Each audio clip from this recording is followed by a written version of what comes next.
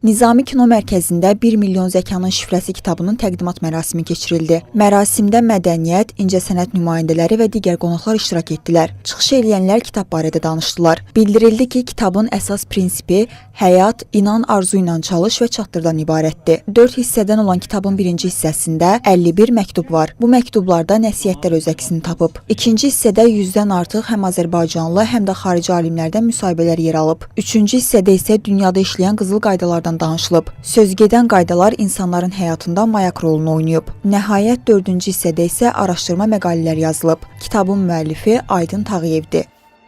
Oğlum Davuda həsr eləmişəm bu kitabı. Lap başda deyirik, həyat inan arzula çalış çatdır. Bu prinsiplərə əməl etdiyin təqdirdə insan həyatda uğurlu olur.